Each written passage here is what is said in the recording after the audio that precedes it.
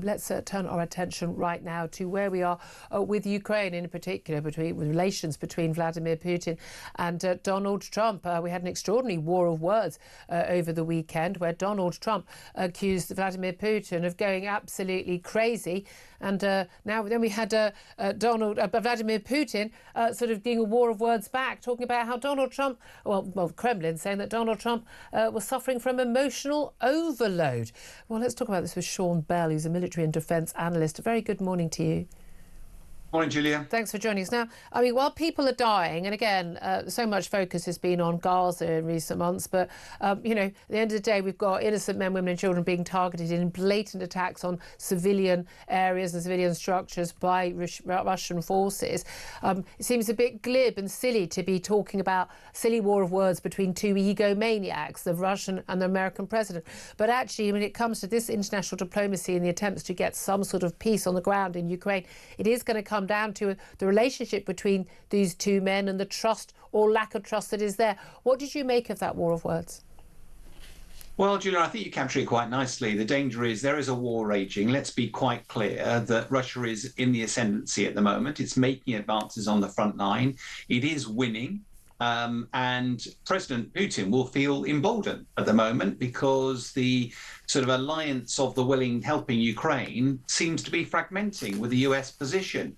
If I was a military advisor to Putin, I'd be saying push hard and keep going for now with the summer season of fighting ahead of us. I think what's really interesting, you quoted, you know, what Trump's been saying and Putin's been saying. What you didn't say was just after Putin talking about, you know, the emotional overload, the Kremlin said, but we really thank President Trump for his efforts to try to enable a peace process, all of which I just become incredibly cynical. They're trying to play Donald Trump. And what I don't understand is why Trump, who in everything else goes hard and dirty first and then softens up a bit like 50%, yes, 50% tariffs on EU, So why doesn't he do the same with this? Because he's forced President Zelensky to the table, yet he's only been nice to President Putin. If he was to impose 50% tariffs on every country that bought Russian oil, Russia's economy would collapse in a heartbeat and Russia would be forced to the table. And that is the really, really frustrating thing, is that Donald Trump does have the power, and yet he's insisted since he came into office, well, before, since, and after that, and in and after that Oval Office meeting when he berated Zelensky, he kind of thinks that somehow Putin is the wronged soul and just accidentally found all of his men and all his weapons and tanks in Ukraine and just can't get out of it. And this poor man, and everyone's saying horrible things about him. I mean, it is utterly bizarre. A number of the things that he does say about what's going on there, for instance, like the millions of people being slaughtered. Again, too many people, but nowhere not even remotely resembling a million. And he, a lot of his information he does seem to be getting from, the Kremlin bots on the internet, as opposed to from his actual State Department or his own sources. And this is the thing. He always goes in for an attack on Zelensky at every opportunity and usually avoids attacking Putin. Do you think there is any possibility at all in coming months that we are going to see Donald Trump doing some sort of deal with Putin which can safeguard the remaining unoccupied areas of Ukraine and guaranteeing that land, or that Vladimir Putin basically pushes it too far? Donald Trump has a wake-up eureka moment and realises that what he needs to do is to actually help the Ukrainians. Yeah, there's a lot in there, isn't there, Julia? I mean, I do think in principle, let's assume for a second that the leader of the free world is probably not a nutcase, that actually he genuinely has the right instincts, and they are to somehow bring the war to an end. And by somehow acting as some sort of intermediary, and actually bluntly, America does have the power to do this, as we've just discussed. The trouble is at the moment, it feels like Trump is going along a long journey of just placating Putin and seems to be not aware of the implication that has. And therefore, going to root to your question, it doesn't appear that Trump is going to go hard and heavy against Putin. It seems more likely his attention will drift away. What we're seeing in Europe is that slight paranoia now that a vulnerable Ukraine becomes a vulnerable Europe, particularly if the US is not paying attention. And that's probably why we saw over the weekend this suggestion that European weapons now The gloves have come off. The weapons can be used inside Russia as well. And US though, it's US, UK, and EU weapons. They can use the long-range missiles. They're not going to be limited. Is that a significant sort of game changer for the Ukrainian forces, being able to then target weapons silos and missiles on Russian territory?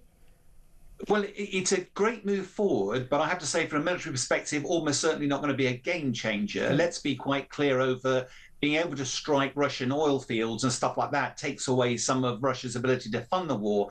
But Ukraine's been very effective at generating its own long-range drones that have swarmed across and attacked these. I do think it's a key symbolic moment that Europe has recognized that we've got to do something else. We've run out of war stocks of stuff. You can't nip down to Sainsbury's and restock the war stocks. And therefore, what are we going to do? How do you stop Putin, particularly given that he feels emboldened, particularly the success he's enjoying on the battlefield at the moment? Yeah, I mean, that's been interesting. Donald Trump saying, look, this is Putin's war, Zelensky's war, this is, this is Biden's war. It's kind of not my problem. And as you say, if he walks away, then it will become our problem. Can I ask you also about Russia's official denial of any involvement in those arson attacks linked to Keir Starmer? Arrests have been made, charges have been brought involving men from a variety of different countries.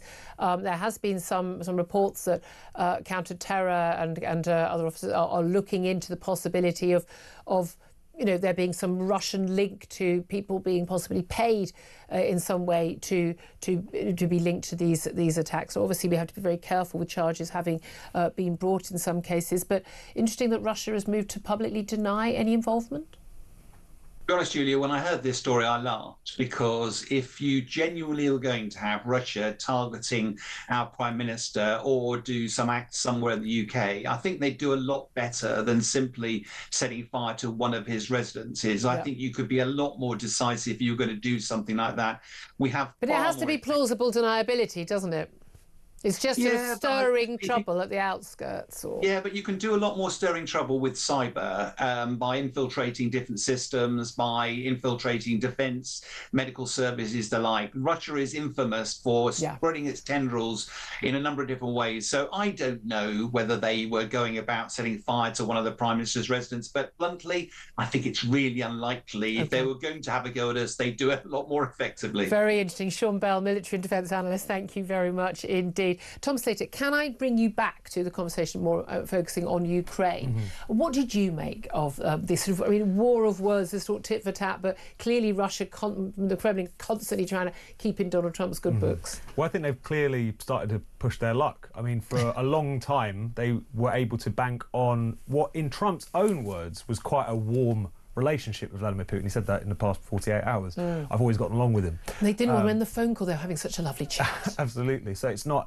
Trump derangement syndrome to suggest that he's often had a bit of a soft spot for Vladimir Putin.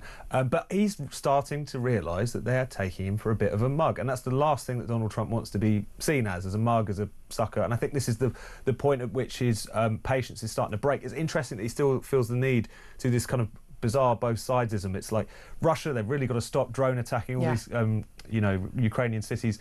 Zelensky, I don't like the words he's been using. So even that kind of betrays... You really must stop defending your people. Exactly, the ridiculousness of the both sides argument there. The trouble is that when it's difficult to work out what will happen next, because the sounds that you hear coming out from both Trump and JD Vance is, if they can't sort this out between themselves, we'll just back away, which is as good as just giving Putin a green light. So this is why Putin is happy to just drag this on. He's hoping for a summer offensive when he can gain more territory. So even if there were peace talks, he's got more territory. He knows there's not going to be a US guarantee. The only thing I suppose the Ukrainians, and indeed I say Europeans, who've got their heads screwed on straight, can hope for is that Donald Trump can turn on a dime on any issue. Yeah, absolutely, in which case he could just suddenly realise. And again, I think the main argument for most people is to make sure that he realises online and elsewhere that he's being taken for a fool and he's looking like the mug and everyone's laughing at you, Donald Trump. And by extension from that, laughing at America. We're laughing at America for not be, you've got to be the world's policeman. Yeah, I absolutely agree with him on things like Europeans need to step up. We need to pay for our own defence. But at the end of the day, if America doesn't want to be a serious country and have a serious president, then more fool you, because it's going to backfire on America horribly. And you've seen developments again that's been going on between China and Taiwan over the weekend as well. No, absolutely, and that's something which is another paradox of the Trump administration, because they want to put America first, but they also want to still be that global player. Yeah. And are they isolationists, or are they just being more savvy in terms of how they intervene? I think you put America first by being the global player. I mean, but there we are.